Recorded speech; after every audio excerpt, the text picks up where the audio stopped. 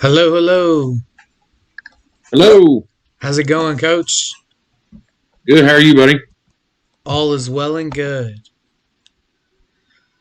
Tell me a little bit. Fantastic. Tell me, I'll just get right into it today, man. Tell me what your name is and what team you're affiliated with. Uh, my name is Gary. And, I am a co-owner and head coach of the Tulsa Gators. Excellent, excellent, man. Well, I've heard a whole lot of good things from you guys this off season, and you guys are showing a lot of growth. Tell me what led you guys to approach semi-pro football the way that you have. Well, some say fortunately, some say unfortunate, but I've been involved at this level of football since 2004. Um, Started as a player and been an owner and been a coach most of those years, and so my experience is a little bit of trial by error. I've learned how to do things the right way and the wrong way, and sometimes I still don't think I have it figured out the right way. But so just years of experience and trying to improve on that experience, and lucky enough to be surrounded with some other co-owners and uh, that carry the same vision, and it allows us to really attack it this year and put a lot of things in place that we've been trying to act on at different points in our careers along the way, and now it's finally starting to work and all come together for us. For sure, for sure. Well, tell me a little bit about how you specifically came to the Gators. What made you choose the Gators over all the other teams that you could have been a part of? Well, kind of a funny story. I actually uh, to Florida, Orlando, Florida, took a job down there out of the coaching world in the private sector and tried to actually make some money instead of public education. But For sure. that didn't work out. So the family and I moved back, and I had relationships with Carson and Levi, and at the time Billy Perry, who was involved in the Gators organization, and they had heard that I was coming back, and they had kind of made some hires, coaching staff wise, that they weren't too happy with. And so as soon as I got back in state, they reached out to me about coaching with them. And due to my experience with those guys, I kind of felt like it was the right move to make. And so I actually took the head coaching position last year,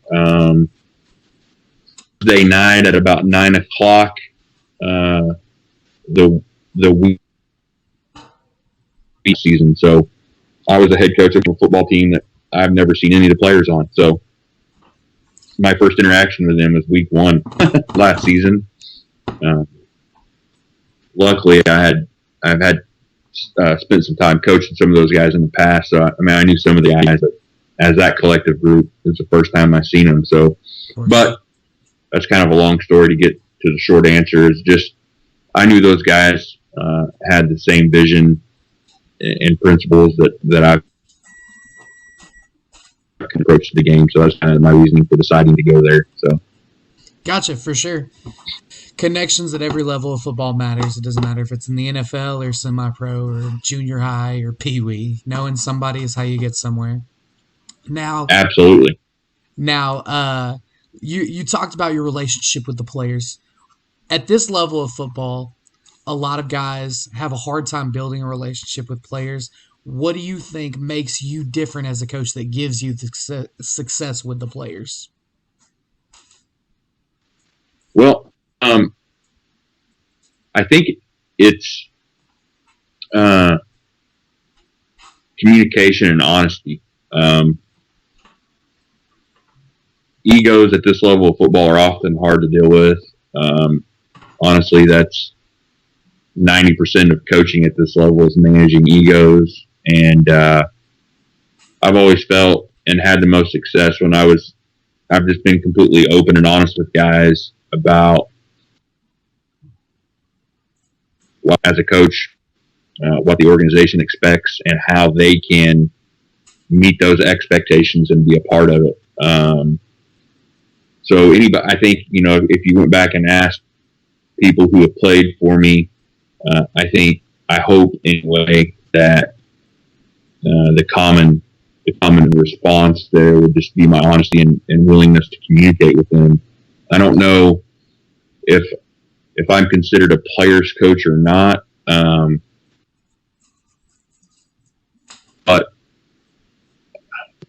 the name of the game, we're talking about relationships, and to me, that's the most important part of success at this level. If you can get 50 grown men to buy into your approach, you will have success. And I think it's helped me a lot. And it's not just my relationships, but I firmly believe that you're only as good as with. I've been blessed to work with other owners that share that same approach and are good people, and coaching staff. This year we have the biggest coaching staff I've ever had at this level, including myself. We have 13 coaches. Wow, that's a lot. Yeah, and 7 of them are currently high school coaches. Solid. High school coaches. So finding those guys so that our message as an organization and our approach to things is consistent through all those guys. And so, like I said, I've been blessed that I've been able to make some good hires, and those guys are in line with our standards as an organization and follow the same approach as far as getting guys to buy in on the relationship aspect of all open to communicate with these guys about whatever it is.